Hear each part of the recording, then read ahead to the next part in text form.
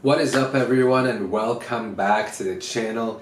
Today we are talking about how to increase your credit score and build up a credit score as a college student or someone who recently graduated from college. Now, just for reference, graduated from college about 1 year ago. I went to a 4-year university, and on this channel I'm just going to be discussing some tips and tricks to guide you through life after college and some advice for whoever is still in university.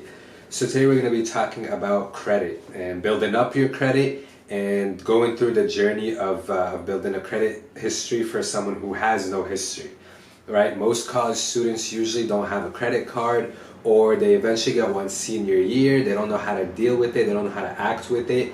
And they just go on and just completely destroy their credit records. So step one is obviously getting the credit card. Now, this is probably the most complicated step for many people because they don't know who to go with, what kind of card to get. They don't even think they can get a credit card. And the thing is, it's obviously more difficult to get a credit card when you're first starting out and you don't have much of a credit history. But there's a bunch of great options out there in terms of student cards and secured cards. Now, I'm not going to go into specific cards that you can get, but I'm going to tell you that there is Bank of America, they have student cards, and Discover. Discover is the main one. They have Discover It, and they have a few different student options that allow you to get a credit card without having a very long credit history or having any credit history at all if you want to go for a secured Discover It credit card.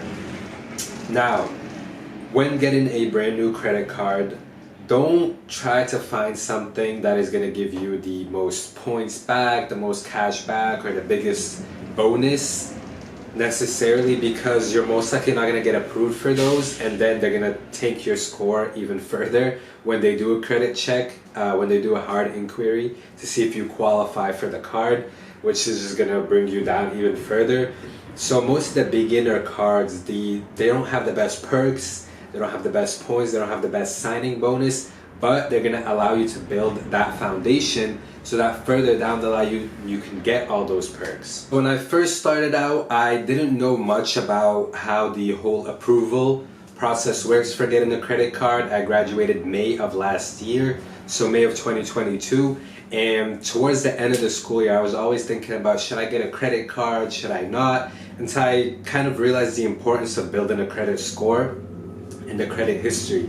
So then in about June of last year, I went on to apply for the first credit card I came across. I did a little bit of research, but I found the Chase Freedom Flex. I applied and I got approved, luckily. And when you first get your first credit card, you're gonna have a very low credit limit. So they gave me about $500 to spend on the credit limit. And my credit score to start off with, I've never had a credit card before, but I still had a credit score somehow, and it was 661 in June of last year. Fast forward to today, May of 2023, and I've been able to bring that up all the way to 725 without doing anything that's super crazy or really out of the normal. But I want to give you guys some core, like critical advice here that is going to save you a lot of headache when it comes to credit, and it's also going to teach you some very important things to watch out for when you get your first credit card. So step one is now complete. You've gotten your first credit card. Now how you act with this credit card is what's most important.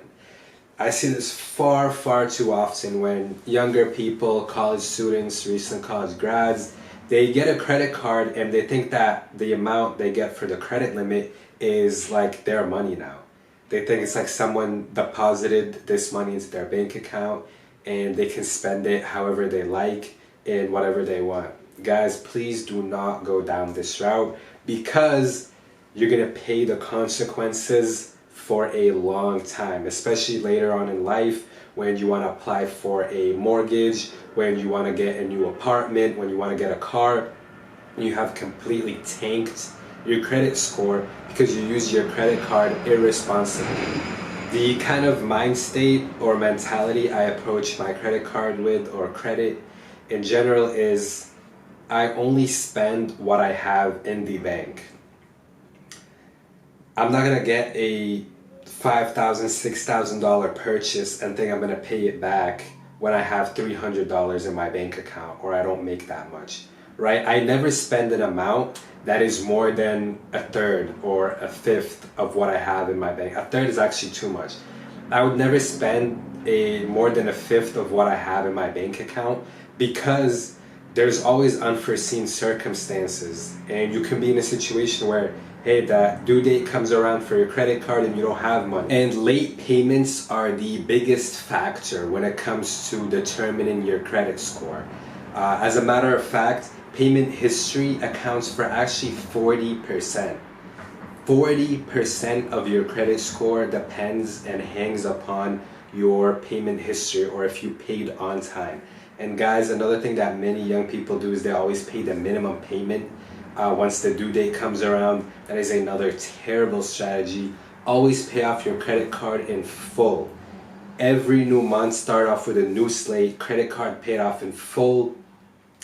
And most importantly, like I said previously, if you don't spend too much, this is going to be pretty easy to do. Now, I'll give you an example. Let's say when you're starting out, you're most likely going to get a $500 credit limit. To start off with, for the first 2-3 months, only use about 5 to maximum 10% of that. So during those first 3 months, to get used to having a credit card and to kind of understand it more and to see how certain things affect your credit score, only spend about 5%. That would be my recommendation. So 5% of 500 or 10% is around $25 to $50. I would definitely avoid spending any more than that because then it's going to be a lot harder paying that back. And that leads me to the second factor that affects your credit score the most is credit usage. Guys, credit usage accounts for about 21% of your credit score. Now, credit usage in simpler terms is how much of that credit limit are you using up. So if you have $500, 10% of that would be $50, and that would be the ideal amount. That's the amount that honestly gave me the biggest spikes in my credit score over the past year. As I said previously, I had started off with a 661 at the beginning, and now I'm at a 725, not even a full year later. And I would say definitely utilizing just a little bit of that credit or that credit limit is what has helped me the most, because I don't treat my credit card as some sort of money that someone is just giving me. I always think of it as, hey, this is something I'm going to have a bill to pay for.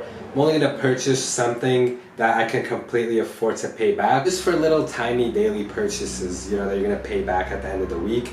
And that's going to boost up your credit score because you're developing that credit history and you're building it up and paying on time and paying early, and the banks see that, and as a result raise your credit score. Another factor that affects your credit score, which you don't have much control over right now, is credit history. Counts for about 21%. And for the situation you are currently in, the best thing you can do for your credit history is get a credit card so that you can build up that credit history. There's a few other factors that affect your score that don't have that big of an impact. These include total balances, things like credit check, things like available credit, and these account in total for about 20 to 25%. And when it comes to these factors, guys, I would just recommend they kind of tie into the others. Just don't spend too much on the card. Spend as little as possible. Just build up your credit history. Treat a credit card, I know I've said this like 20 times, but treat it as if it is something that you have to pay back in a week, right? If a purchase is too big for, if there was an emergency and you had to pay it off in a week, if you can't, don't make the purchase. If you can afford paying off in full in a week without your pockets hurting too much, then you can go ahead and make that purchase. But most importantly, I'm going to summarize the steps. Get a credit card that you can access without too long of a credit history because you probably don't have much. Don't spend like an idiot. Don't go buy shopping and I can't tell you how many people are in credit card debt that they still struggle to pay off when they're 24, 25 because they went on some stupid ass shopping spree when they were 21 and they first got their credit card. Third of all, guys, pay it on time. On-time payments are absolutely key. And that's pretty much all you need to start and build up your credit as a college student and someone who recently graduated college. But that's all for today, guys. I'm gonna see y'all in the next video.